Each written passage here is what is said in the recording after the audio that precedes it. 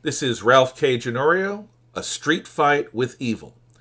Keep right, Dateline, February 28th, 2022. Most of the world is run by bloody-minded, brutal thugs. Only in the fortunate West are politicians elevated by appealing to voters. This is the exception. The norm is that the most effectively vicious brute triumphs. This is why the United Nations organization is a farce. Since decolonization, the vast majority of member states are in the hands of tyrants who parasitically feed off of their own people. This is why fantasies like the League of Nations, the World Court at the Hague, and international law are perpetually incapable of deterring aggression.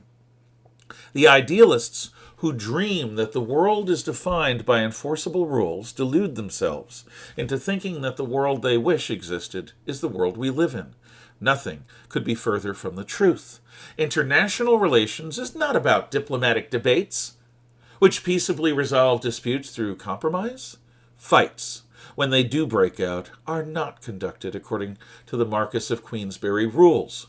Politics, in the internal affairs of the non-Western world, are no-hold-barred street fights.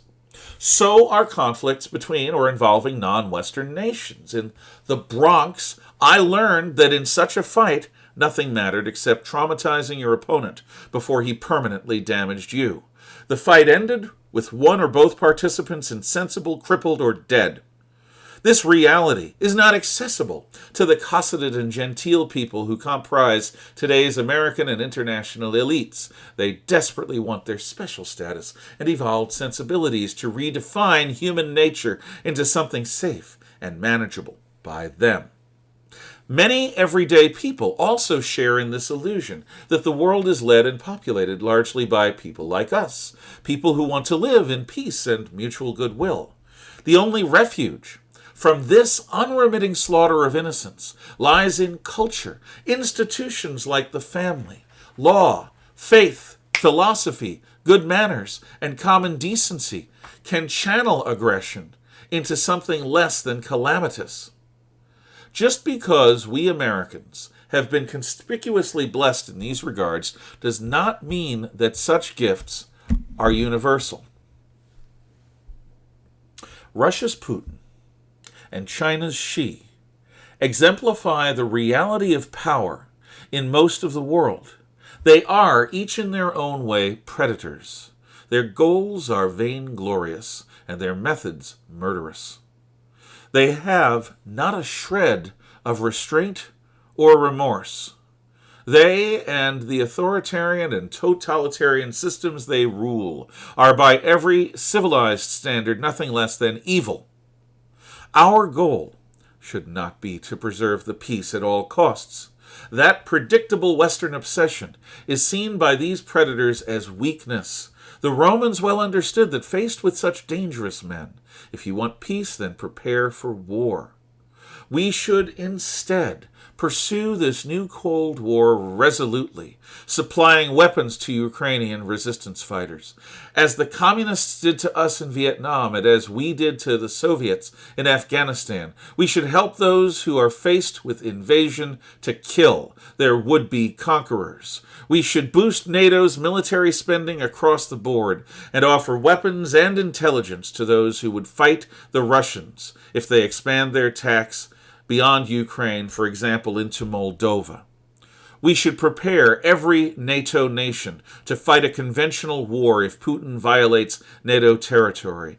And, as Putin has already alluded to, his chemical, biological, and nuclear capabilities, we should make crystal clear that his use of weapons of mass destruction would immediately trigger nothing less than an apocalyptic response.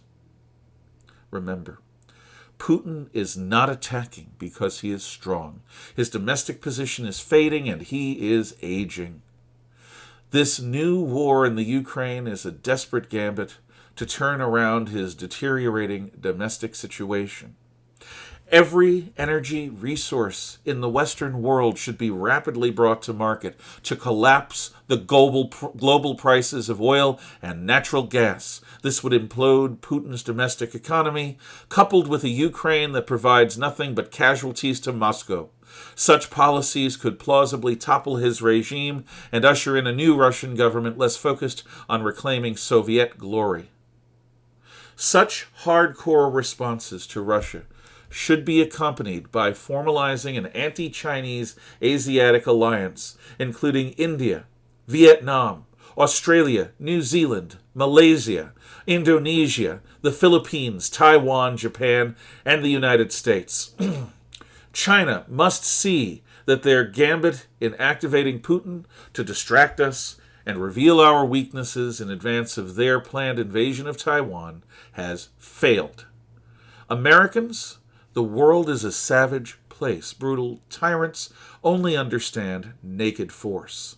The West must awaken and show its teeth.